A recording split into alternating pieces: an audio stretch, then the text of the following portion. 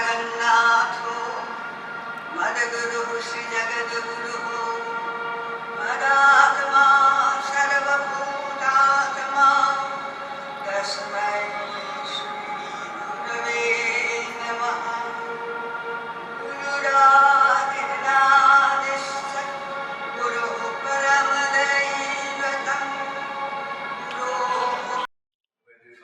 We study the tradition and culture, we find a living presence of this language.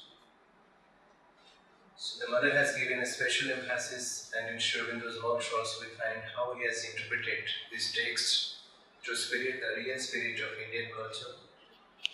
And today we are very fortunate enough to be our guest, our elder brother Alok Pandey is with us. Pradeep and my brother were supposed to join, but they have some urgent work, they will not be able to join. So Alok has his another meeting. So first we will listen from him, then we will. But before we start, I would like to speak on this topic and we will proceed. Names, the struggle in the human heart and in the cosmos between the gods and the titans, the soul of man progressing constantly by offering sacrifice. These are fundamental truths, they remain. But the revelations themselves are going to build revelation upon revelation. Vedic Rishis speak about it. That they climb one hill after another. There is the Navagavas and there are the Dasagavas and there is an ascension of thought. This is something so amazing. I find it very remarkable. So we are not a closed and shut book which has to be now worshipped and maybe read and translated. Because divine unfolding is infinite. Where can we say that this is the end? And that's why when Sri Aurobindo gave what he gave, a new vision, new understanding based on the Vedas, people asked him, where is it written in the Vedas about the supramental creation? But it is implicit, right there. There is a glimpse that the rishis had. Would they be satisfied with the glimpse? No. They are going to come back and continue till one day the doors are open. The prayer of Yagnavalk, Hiranmayena Patrena Satyasyapihitam Mukham Tattvam Pushana Pavrano Satya Dharma Vishte. It cannot stop with the prayer. It has to open. The doors have to open. The golden light has to pour upon us. So this idea, which is implicit in the Vedas, that there is continual progress. This is the first thought that comes to me when I read Asado Ma Sadgamya. It is not like here it was falsehood, tomorrow there is truth. 49% is fail, 50% is pass. No. That's the beauty. Sri Aurobindo, when even after great experiences and realizations, he writes to Barinda and he says, I want the truth where there is no possibility of error. That's why the overmind creation has to be dissolved. No possibility. Perfect perfection. This is something so amazing. And it gives life a meaning, a purpose and youthfulness. Because what is old age? When you think you have read everything, you know everything, that's old age. When you feel there is so much more to be known, so much wonder, then that is youthfulness. So this is the first meaning that comes to me. The aspiration of the Vedic seers. I'm just saying not on the basis of Sanskrit or traditional understanding, but how it has revealed itself to me. Because Vedas are about that, revealed revelations. So these are my revelations which I am sharing. The second meaning, of course, the journey is a forward march, the swastik, moving in a clockwise direction. The clock of time moves forward. So asadoma sadgamya tamasoma jyotirgamya mrityorma amritam. So it fills my heart with hope. Because that is the way wheel of time is going. It's not a meaningless accident, a vanity of vanities. This movement of time, even when the pralayas come, is moving forward. Because it's a spiral movement. So this is another idea which comes because, and I take this example even about one's own life, when one feels one has lost everything and one has to rebuild. So has one gone backward? No, there is no backward movement. This is one of the things which Swami Vivekananda spoke in his Chicago address. And how I look at it is that if in an ocean, you see the waves rise and fall. When they fall and before they rise again, have they gone behind? They are still moving forward. So there is a perpetual forward movement of time. What we call as pralaya is the same, the falling of an entire cycle of creation. But is everything lost? No, everything can never be lost. The essence that one has gathered, the essence of knowledge, that's what Sri Aurobindo reveals, that some of these in previous cycles, this cycle we have the Vedas, but there have been other cycles of creation. Something of that has passed on. There is a very beautiful poem of Sri Aurobindo where Pralaya has taken place, ice age is set in, and the poem is called the Rishi. And I would request at some point probably you could at least share a copy of it with everyone. So there, Manu, yes, all earth belongs to him. Manu is of course, Manu is the one who governs the human being's evolution in a particular cycle. So there are 14 cycles, there are 14 Manus. This one is Shraddha Manu. So he governs. So he goes and he sees everything is gone, ice age, but he has survived. He will survive because he is not just a physical being. And so he has to rebuild. It is given to him to rebuild the creation. I imagine a scenario where all is gone, dead and gone. So what do? So then Manu meets the Rishi of the pole. It almost indicates it's very fascinating thing. The previous ice age, probably the evolution was taking place in the Arctic Circle. And then, how humanity populated all over. So he asked the Rishi that what should I do? There is nothing. Everything is barren. Ice age. So we had those stories of doomsday and 2020 has gone. First it was 2000 where people escape into another planet, there is devastation. But this is a different story. Everything has gone, doesn't matter. Manu wants how to build. What is the knowledge that I need to build? What is the power that I need? And then the Rishi gives him the knowledge with which you can build everything. So the Vedic knowledge is not a mental knowledge, it's a power. It's a power to rebuild our own life, to rebuild the life of the community, to rebuild the life of a civilization, to rebuild the life of humanity. And that's a very long poem. I wish I could read at least the last page, but it's worth reading at some point of time. Maybe you could share and we could read it. I'll see if at the end I get a moment. I like to read that little portion. So this is the second idea that comes from this Asudoma Satgamya. The third, which I know that strictly being a Sanskrit day, from the Sanskrit point of view, it is debatable, okay? But let me tell you how I look at it. So when we say Asudoma Satgamya, one is that we are moving from here to there. The other sense is that let me bring out or reveal the truth which is hidden in the garb of falsehood. That truth which is hidden in the garb of falsehood. That immortality which is hidden in the cape of death. That light which is hidden in the cave of darkness. All these things are actually true. Light is hidden in darkness. There is no darkness except the magic of self-hidden light. It is equally true that the immortal within us is hidden, wearing the cape of death, what we call as our mortality. It is also true that all falsehood is a distortion of truth and not a non-existent illusion. So actually when we look at it, one of the work is, because otherwise we use it to escape from life. But the Vedas, Vedic seers were not escapist. It means that let us discover even in this world of sorrow, tragedy, suffering, falsehood and death, the seeds of immortality, the seeds of truth, the seeds of light, and let's nourish and blossom it. That means we don't have to bring truth from elsewhere, but it is within us. I think one of the most profound secrets which often I share with people who meet and who are in distress, and sometimes they say that just one message or one word.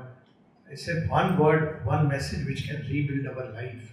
And I am talking of it as a psychological therapy also, but based on truth, not analysis. That God dwells within your heart. if one remember just this one truth, Sohamasi, it can rebuild our life. Tattvamasi, not only within my heart, but in everybody's heart. So these are the profound truths on which this Vedic civilization was built. While we read books, while we talk about it, we should remember the great word of Shri Krishna, Shabda Brahmati Vartate.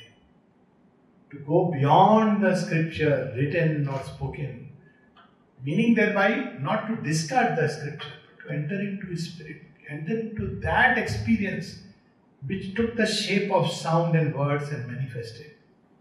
So Vedic scriptures are a doorway. All scripture, seen rightly, is a doorway to the truth that gave birth to it. And so if we want to once again reclaim the Vedic heritage, we have to remember what Sri Aurobindo said.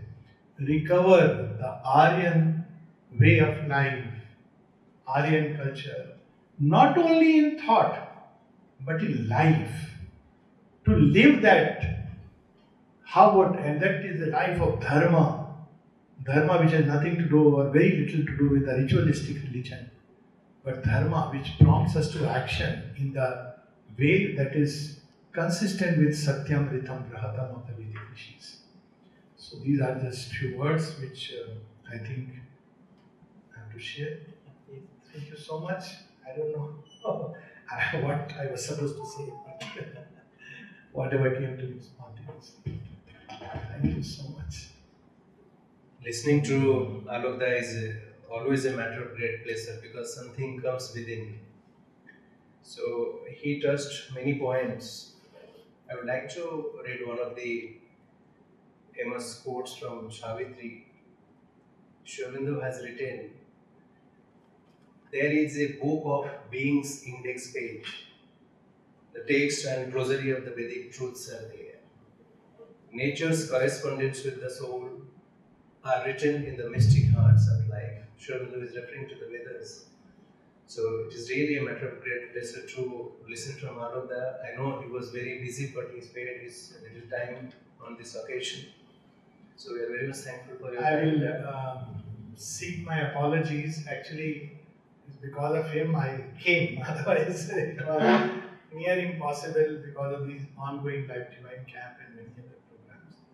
Thank you so much, and Mother's grace is with all of us. So I will just continue with few inputs like the legacy was what Alok has established. Something in Sanskrit, Shujala Sufala Shashya Shamala Puta Pavitra Bharat Varshasya Adya Vedapuri Nagaryam. I'll come to English, Sister Patty. Sujala Sufala Shashya Shamala Puta Pavitra Bharat Varshasya Vedapuri Nagare Samayojite Adya Samskrita Divasasya Subhashaya.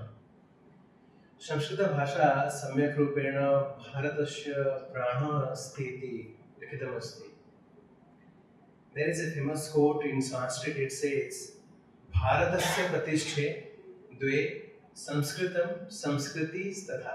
That means, if you really wants to know the spirit of this land which is called Bharat, there are two components. One is the Sanskrit and another is the Sanskrit, Sanskriti.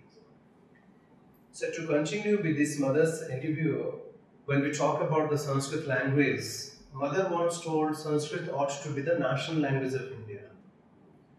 You see, in a country like more than 8,000 languages are being spoken all over the world. As per the UNESCO statistics, it is divided into 18 families. And in 18 families, there are two language families. One is the Indo-European and another is the American family. So more than 1,000 languages have been spoken in these communities. And many of the Indic and Western philologists have said the Sanskrit is the mother of many Indic and other European languages.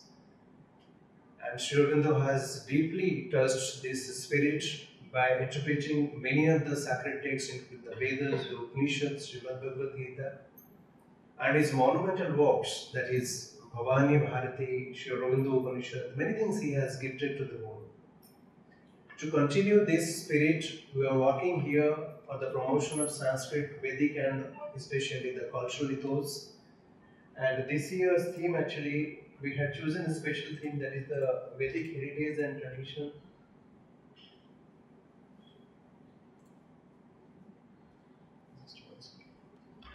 You can come with it.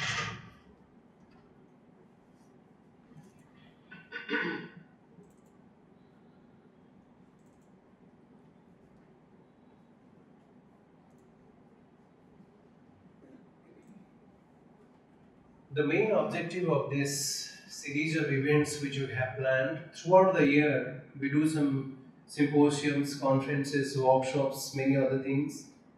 When we talk about this Vedas, the Vedic tradition, Sri Aurobindo has referred most. The Veda Samhita is the eternal source of dharma, culture and spiritual knowledge of India. So basically, when we talk about the foundation of this Indic wisdom, which is based on the spiritual ethos, Vedas are the foundations. To continue this, we planned for this year's event. It will continue for a 7 days event actually. Today we are releasing this with a celebration of World Sanskrit Day and a symposium on Vedic heritage in the Light of Sri Aurobindo. Intangible heritage, culture, tradition and continuity. Tomorrow we will have a workshop on the power of chanting the Vedic mantras, the therapeutical approaches at the Matra Niketan at 10 o'clock. On 21st we will visit to the French Institute of Puducherry because they have many rare manuscripts to see, to interact what is exactly happening and how we can collaborate. On 22nd we will screen the Sri Aurobindo's hymns to the Durga on the Facebook site of AuroBharati. On 23rd, there will be a screening of film Sri Aurobindo Glimpses of His Life in Sanskrit. It's a 20 minutes small documentary. And 24th, we have a workshop that is for the kids, Bala Sanskritam, Sanskrit for the children. And on 25th, we will release some selected chantings of the Vedas on Devavani AuroBharati Sanskrit radio. So this is basically the initial stage what we planned, and these are the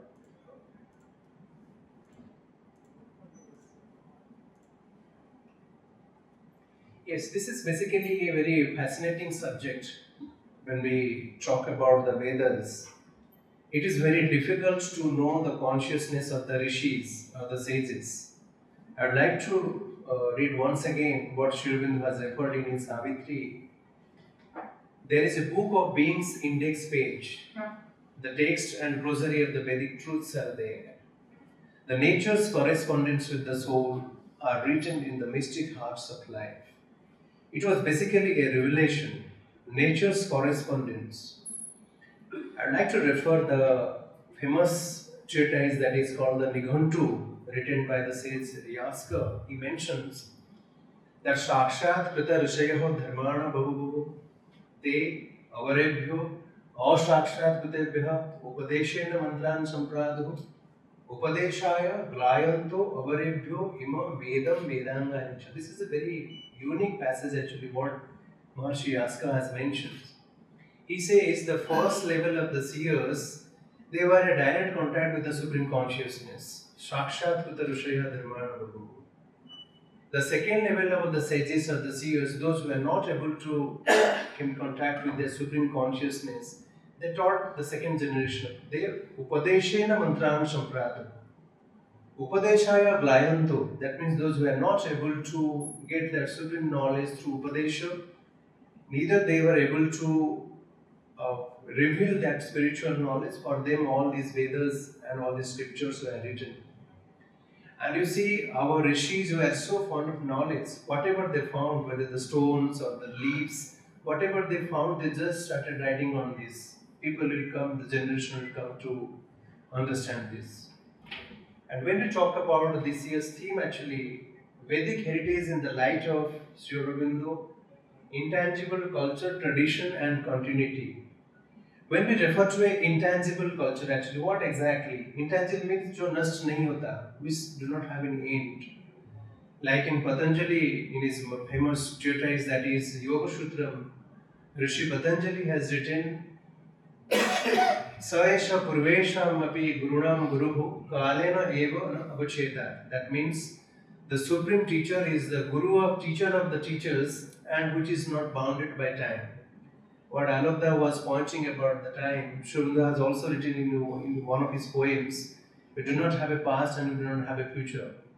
What exactly the cycle of creations, times, and the triple unification of human mind, man, nature, and universe. And when we talk about this intangible culture, actually, what exactly? There are certain things which needs to be adjusted. First is the traditional, contemporary, and living at the same time. The first condition of the intangible cultural heritage is there should be some base traditional, the foundation, and it has its relevance for the contemporary scenario, and it should be living. You visit to any of the temples, India is more than lakhs of temples you'll find. When we listen to the famous chantings of the suttas in the early morning times, when we do the rituals, we find that there is a proper application of this Vedic mantra since the time of when the human beings created the religions, when the human beings created the rituals or in sacred worships.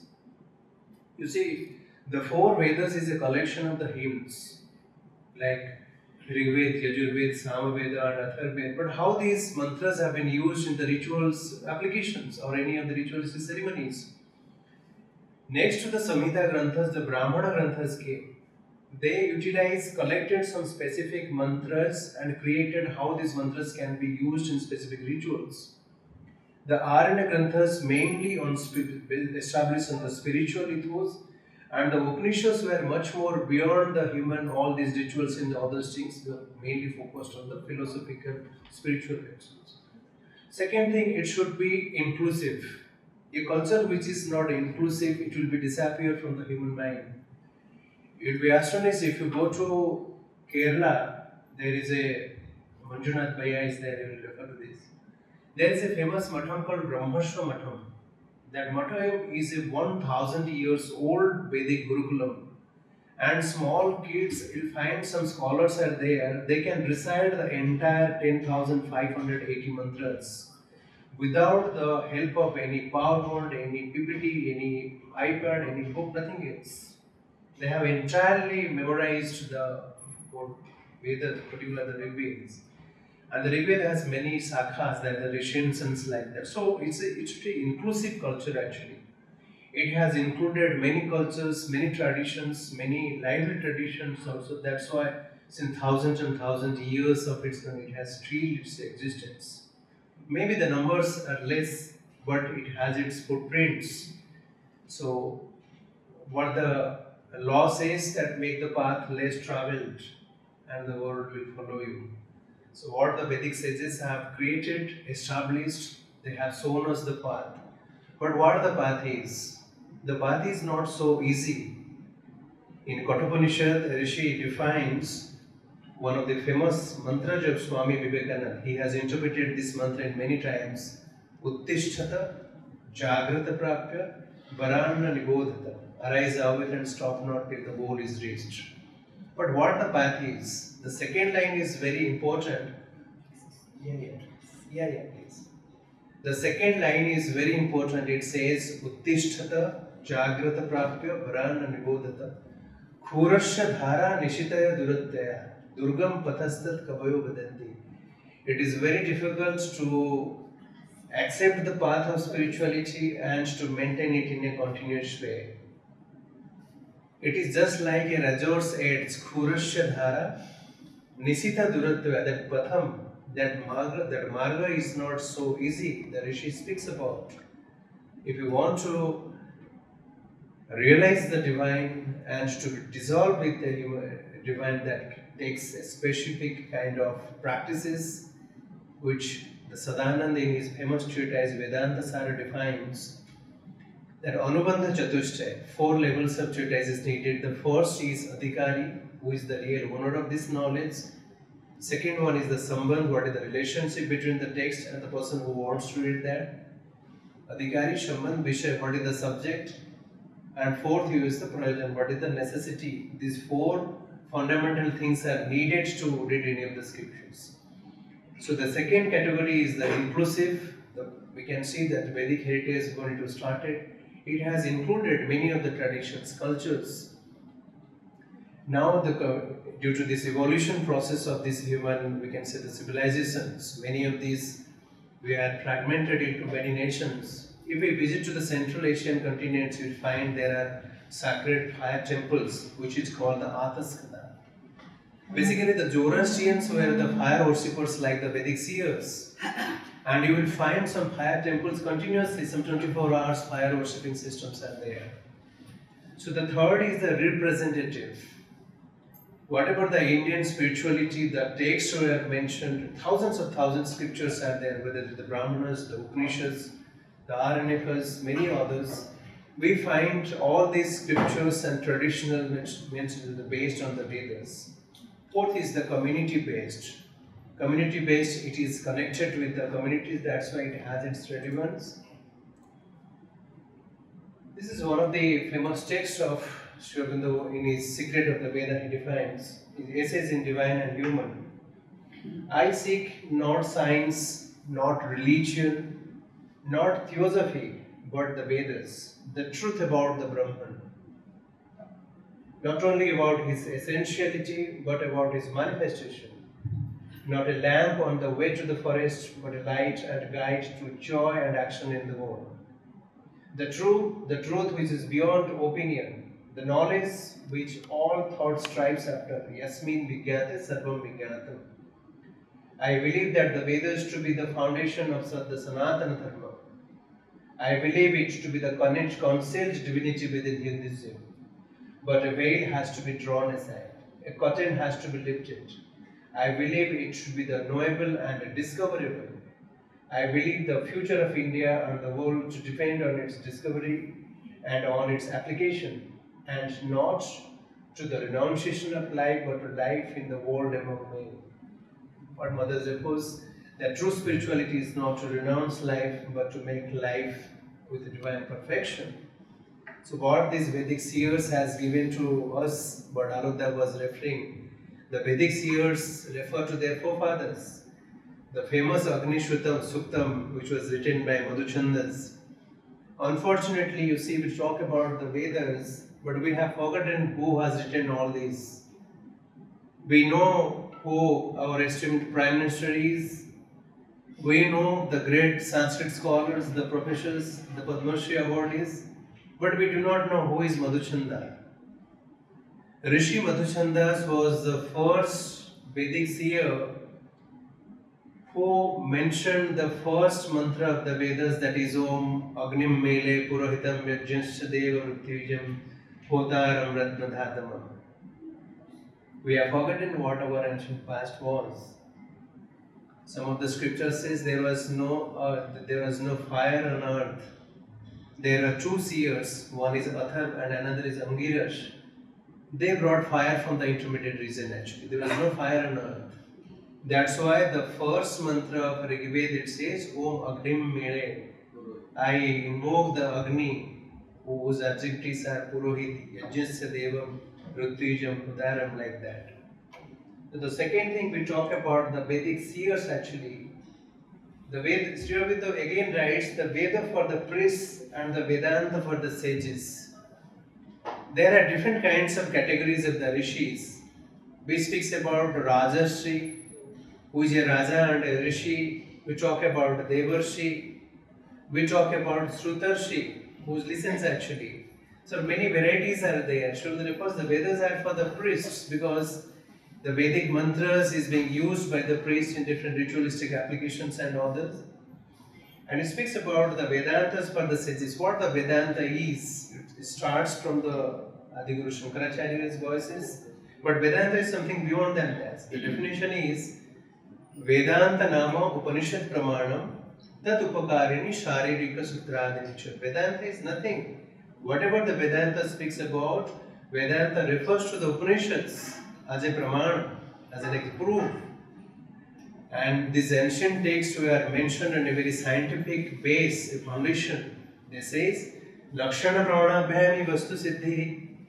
Like we say that H2O, that is hydrogen 2 and oxygen 1, when we mix it, it comes with water.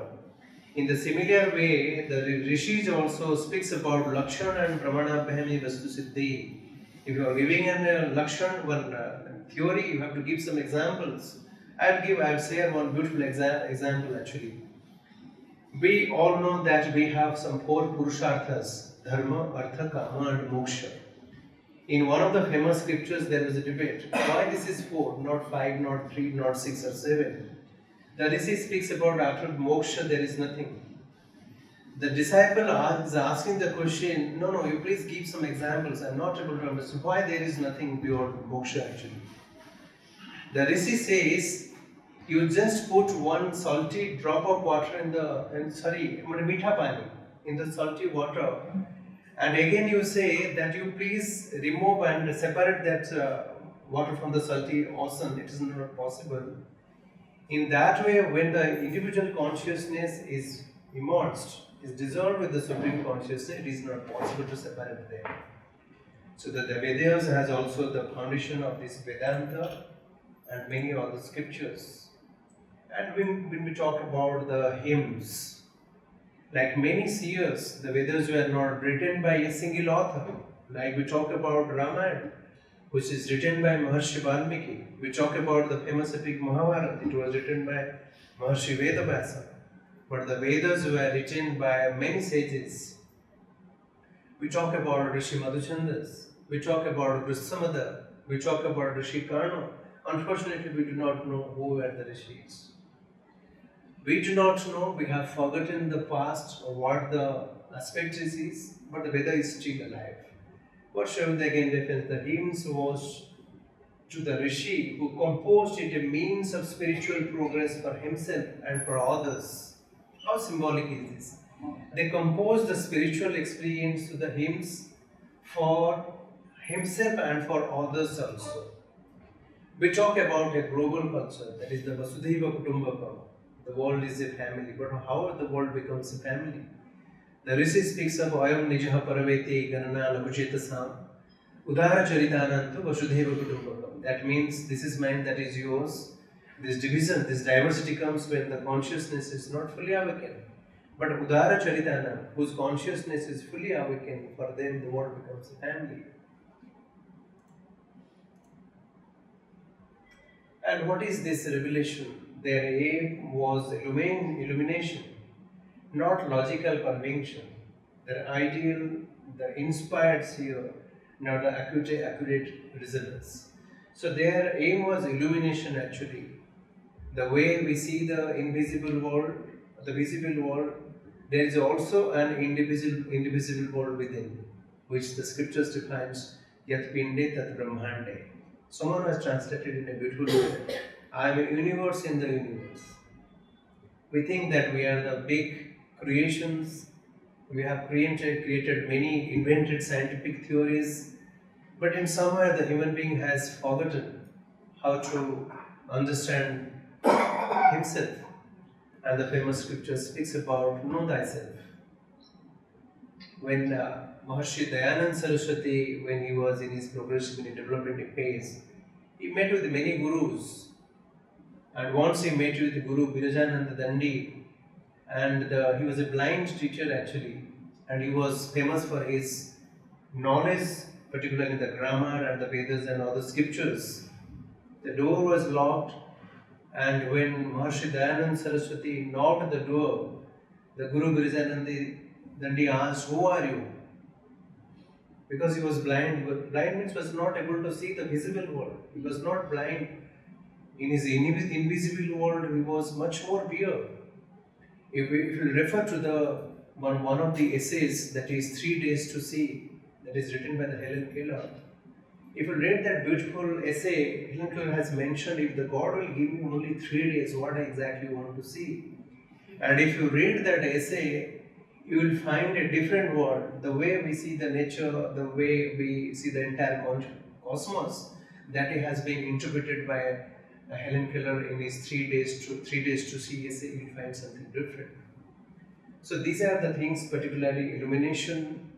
The scriptures speaks about to know thyself, that is the greatest secret. And the 4 Vedas speaks about 4 Mahavakyas. And the first is Aham Brahmasmi. I am the Brahman.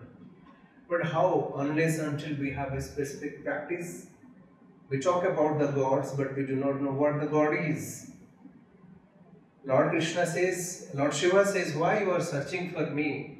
I am there, is always with you. Or with you means I am you and you are in me. So no need to search me, no need to find any specific practices. He says, Sarva Dharman Paritejya Mamekam Sharanam Vraja. Forget everything, surrender everything, just resolve with me, I'll take care of you.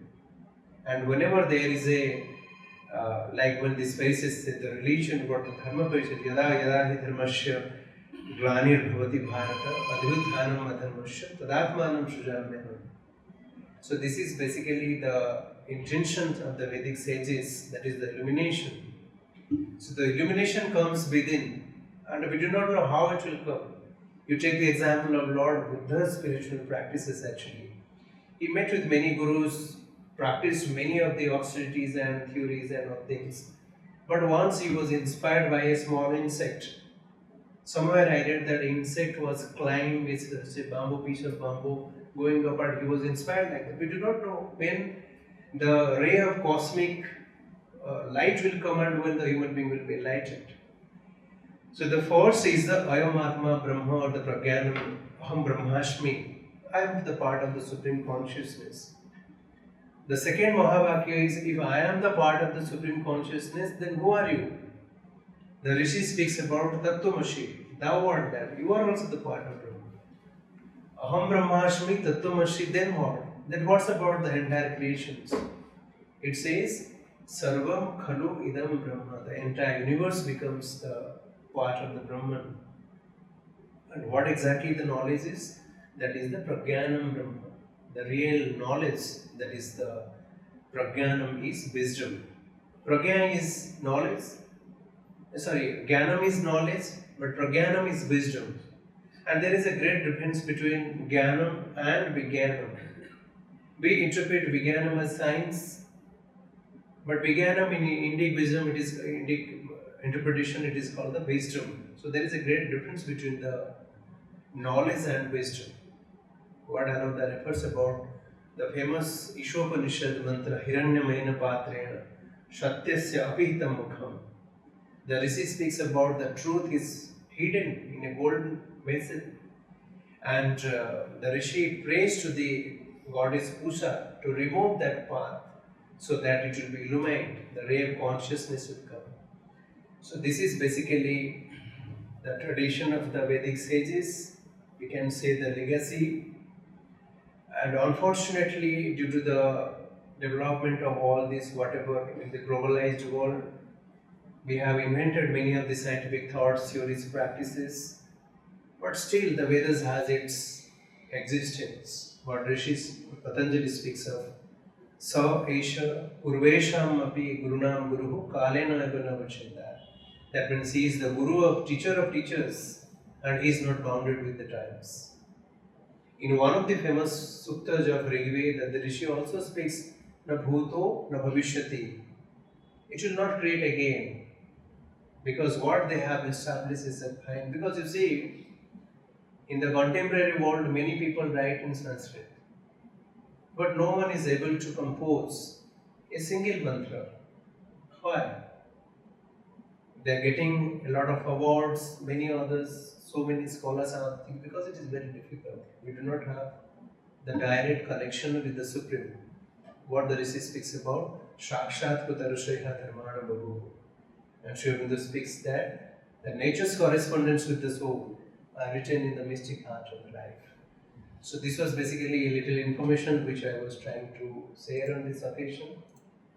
And we are supposed to listen from Matrida and Pradeep Bhai, but unfortunately they were busy in their works. These are some of the slides actually throughout the year, what we do for the promotion of Sanskrit, Vedic and other cultural heritage things from here. We work with the schools, colleges, universities and many other institutions. And we have some specific projects. One is Deva Bhasha, Sanskrit. Deva Bhasha, a language of the divine origin. That is basically a module to learn Sanskrit. Second is Deva Vani. We have recently started a Sanskrit radio. anyone can access to the www.devavani.org. We have a project that is Project Gurukulam. We extensively work with the Gurukulams where the Vedic study is being conducted, how we can develop those Gurukulas. Fourth program is the Vedic chanting as intangible cultural heritage of humanity. Time to time we organize the chanting programs. And we have a program for the kids that is called the Bala Sanskritam, Sanskrit for the kids. And the response is very good actually. When we visit to the institutions and when we invite the learners, these little learners actually, you'll find their response is very good. Because in somewhere we have just forgotten what our past was. And sometimes we see our future is invisible, it is uncertain because we are not conscious about the present. So with the blessings of the Mother and Sri Aurobindo, where we are doing these small initiatives, and I hope this what the mothers with what Alok mentioned, the mother's presence is there. So this today's program we started with such initiatives and will continue this. And I welcome you for this tomorrow's Vedic chanting program, which will be held at the Matra Niketan. And you can access all these online resources we will share with you. So I am very much happy that Manjunath Bhai is also here. Belongs from a great tradition. And once Adiguru Shankaracharya also tried to unite the entire Indian ethos by establishing 4 mathams. And the 4 mathams represents the 4 Vedas. And he tried to reunite the Indian spirit by establishing the 4 mathams with the 4 Vedas. And we have Sai Baba is a great lover of Sanskrit, Sai Baba, and some representatives from Sanskrit Bharati. We love to work in future, and also in the Aurobindo community also, Sister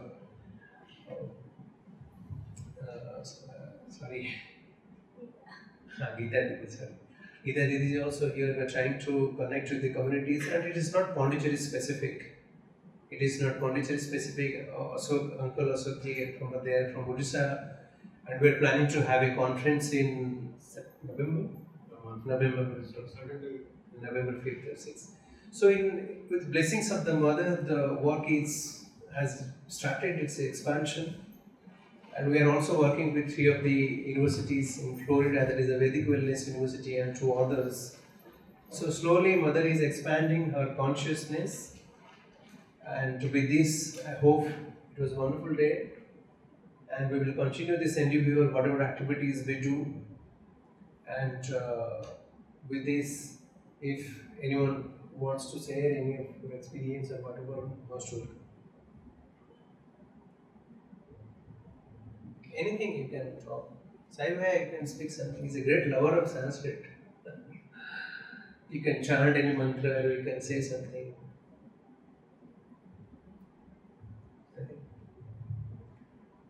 Sai, you want to say something? We'll just chant the first 4 mantras of the 4 Vedas, then we can finish. आप कहेंगे कुछ? आपने कुछ कहेगा? बोलिए सब बोलिए. All together? Sorry? All together? You can chant? Yeah, आप कुछ कहेंगे? So this is basically, I want to chant some 4 mantras because it's an auspicious moment and we can feel the vibration. And the 4 mantras are from the first mantras of the 4 Vedas actually. I think it will be a little difficult because if you are not aware about this, Yajurveda mantra is a very big actually. It's written in a prose form.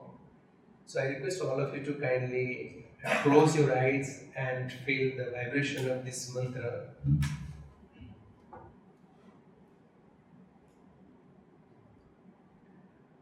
Om Shri Gurubhyo Namaha Harihi Om Gananantva Ganapatigum Havamahe Kavim Kavimnam Upamashravastamam Jyeshtharaja Brahmanam Brahmanaspata Anaham Srinnannodivishi Darshadanam Agnim Mele Purahitam Yajnasya Devam Atvijam ओतारं रत्नधातमम् ॐ इखेतोर्जेत्वा वायवस्थद्देवो वः शबीता प्राप्रयतु श्रेष्ठतमाय कर्मणा आपायध्वमग्न्या इन्द्राय भागम् प्रजापतिरनवीवा अयक्ष्मा ईखत मागसंचौ गोपतौ शातवहिः यजमानस्य पशून् पाहि ॐ अग्न आयाहि वीतये गृणानो हव्यदातये निहोता सस्यैव हेष्टि ॐ ये त्रिसप्तः पर्यन्ति विश्वा रूपाणि बिभ्रतः वाचस्पतिर्बला तेषां तन्नो अद्य दधातु मे ईशावास्यमिदं सर्वं यत्किञ्च जगत्यां जगत् तेन त्यक्तेन भुञ्जिता मा गृध्रः कश्चिदधनम् ॐ we can chant this asatoma shadgamaya mantra all together. ॐ अशतो मा षद्गमय तमसो मा ज्योतिर्गमय मृत्योर्मामृतं गमय लोकाः समस्ताः सुखिनो भवन्तु ॐ शान्ति शान्ति शान्तिः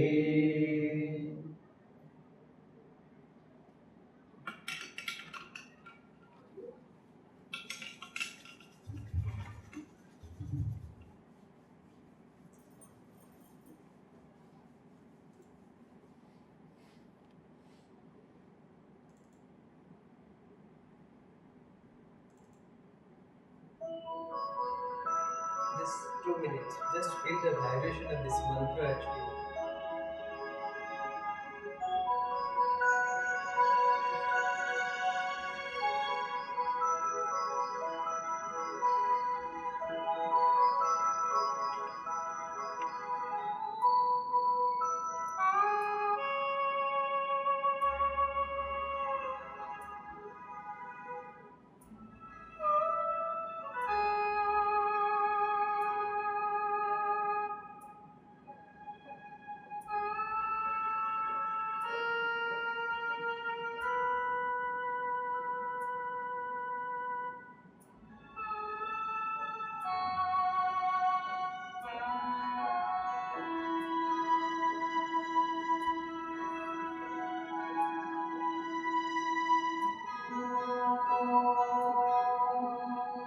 शम्भो मित्रशं वरुणः शम्भो भवत्वर्यमा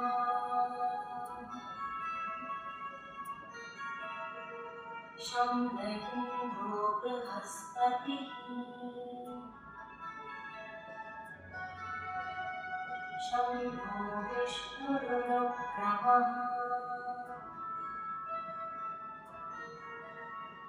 नमो ब्रह्मणे नमस्ते वायो त्वमेव प्रत्यक्षं ब्रह्मासि त्वामेव प्रत्यक्षं ब्रह्म वदिष्यामि ऋतं वदिष्यामि सत्यं वदिष्यामि तन्मामवतु तद्वक्तारमवतु भवतु मां भवतु वक्तारम्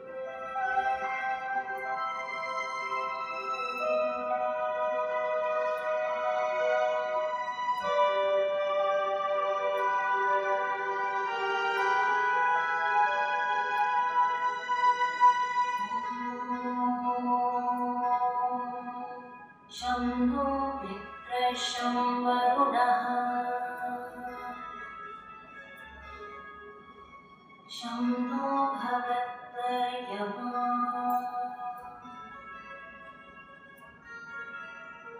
शं न इन्द्रो बृहस्पतिः शं नो विष्णुरुक्रमः नमो ब्रह्मणे नमस्ते वायो त्वमेव प्रत्यक्षं ब्रह्मासि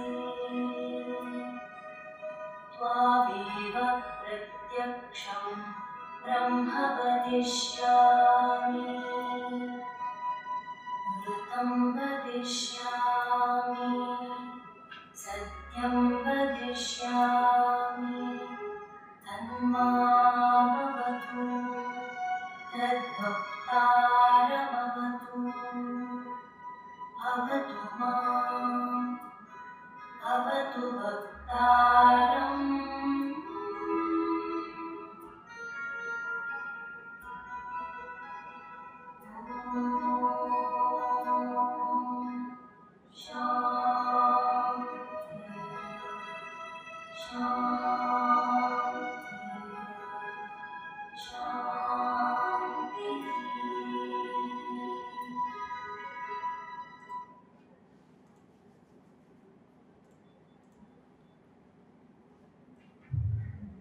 सर्वेषां कृते संस्कृतदिवसस्य शुभाशयाः।